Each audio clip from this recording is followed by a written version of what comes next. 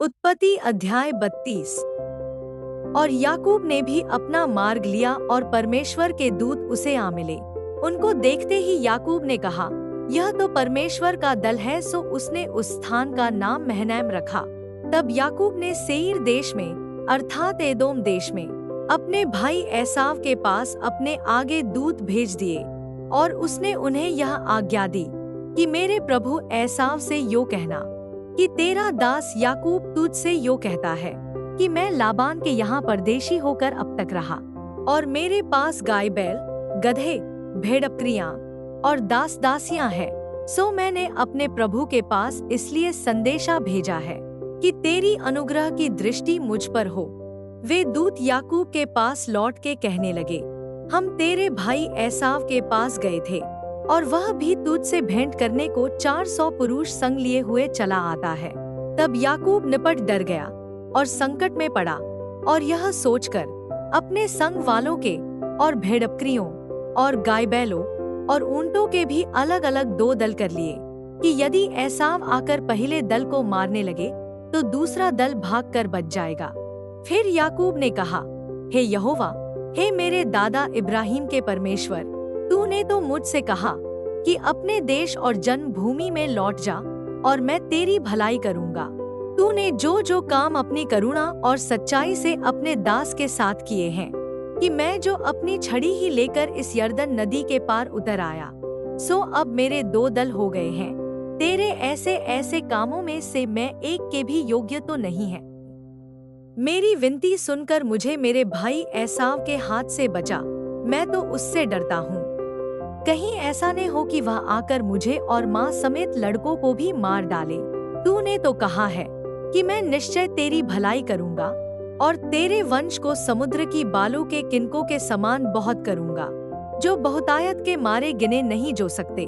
और उसने उस दिन की रात वहीं बिताई और जो कुछ उसके पास था उसमें से अपने भाई एसाव की भेंट के लिए छांट छांट कर निकाला, अर्थात 200 बकरियां और 20 बकरे और 200 भेड़े और 20 मेढ़े और बच्चों समेत दूध देने वाली 30 ऊँटनियां और 40 गायें और 10 बैल और 20 गधियां और उनके 10 बच्चे। इनको उसने झुंड झुंड करके अपने दासों को सौंपकर उनसे कहा, मेरे आगे बढ़ जाओ और झुंडों के बीच बीच में अंतर रखो। फिर उसने अगले झुंड के रखवाले को यह आज्ञा दी कि जब मेरा भाई एसाव तुझे मिले और पूछने लगे कि तू किसका दास है और कहाँ जाता है और ये जो तेरे आगे आगे हैं सो किसके हैं, तब कहना कि यह तेरे दास याकूब के हैं। हे मेरे प्रभु एसाव, ये भेंट के लिए तेरे पास भेजे गए हैं और वह आप भी हमारे पीछे पीछे आ रहा है। और उसने दूसरे और तीसरे रखवालों को भी वरन उस सबों को जो झुंडों के पीछे पीछे थे ऐसी ही आज्ञा दी कि जब एसाव तुमको मिले तब इसी प्रकार उससे कहना और यह भी कहना कि तेरा दास याकूब हमारे पीछे पीछे आ रहा है। क्योंकि उसने यह सोचा कि यह भेंट जो मेरे आगे आगे जाती है, इसके द्वारा मैं उसके क्रोध को शांत करके तब उसका दर्शन करूंगा। हो सकता है वह मुझसे प्रसन्न हो जाए। सो वह भेंट याकूब से पहले पार उतर गई और वह आप उस रात को छावनी में रहा।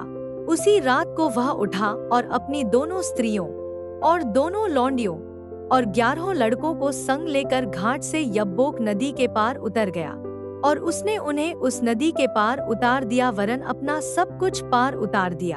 और याकूब आप अकेला रह गया। तब कोई पुरुष आकर पैर फटने तक उससे मल्लयुद्ध करता रहा।